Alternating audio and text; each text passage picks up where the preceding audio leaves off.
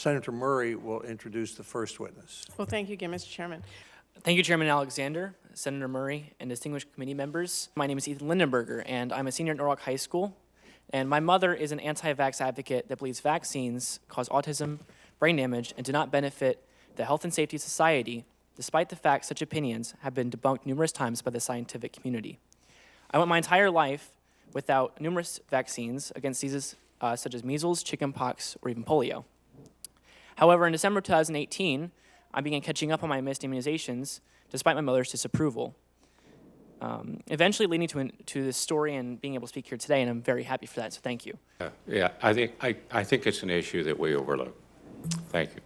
I approached my mother numerous times trying to explain that vaccines are safe and that my family should be vaccinated, approaching even with articles from the CDC, explicitly claiming that ideas that vaccines cause autism and extremely dangerous consequences were incorrect. In one such instance where I approached my mother with information from the CDC that claimed vaccines do not cause autism, she responded with, "That's what they want you to think." Skepticism and worry were taking the forefront in terms of information. Now, conversations like these reaffirm that evidence in defense of vaccines was, at least, although my mother would turn to very illegitimate sources and sources that did not have peer-reviewed evidence or information, I quickly saw that the evidence and claims for myself were not accurate. And because of that, and because of my healthcare professionals I was able to speak with and the information provided to me, I was able to make a clear, concise, and scientific decision. Approaching this issue with the concern of education and addressing misinformation properly can cause change, as it did for me. Now, although the debate around vaccines is not necessarily centered on information and concerns for health and safety, this is why education is important, and also misinformation is so dangerous. Thank you. Did your mother get most of her information online? From what she's presented, yes, either through Facebook or through sites that use the social media platforms like Facebook and other, mainly Facebook. Where do you get most of your information? From not Facebook, I mean from CDC, the World Health Organization, scientific journals, and also cited information from those organizations like the Institute of Medicine. Trying my best to also look at accredited sources. I'd love to be a guest at Thanksgiving dinner at your house. That'd be a heck of a discussion everybody would have, I know that. CEO of the Immune Deficiency Foundation in Towson, Maryland, which is focused on meeting the needs of people.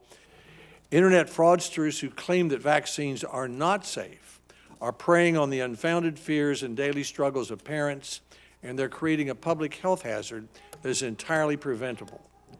It's important for those who have questions about vaccines, especially parents, to speak with a reputable health provider. As with many topics, just because you found it on the internet doesn't mean that it's true.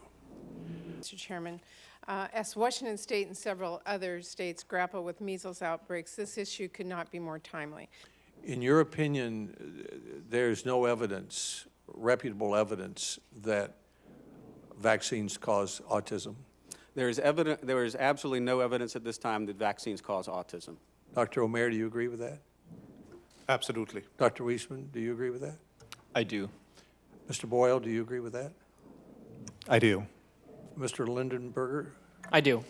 We need federal leadership for a national vaccine campaign spearheaded by CDC in partnership with states that counter the anti-vaccine messages, similar to the successful Truth Tobacco Prevention campaign. We have lost much ground. Urgent action is necessary.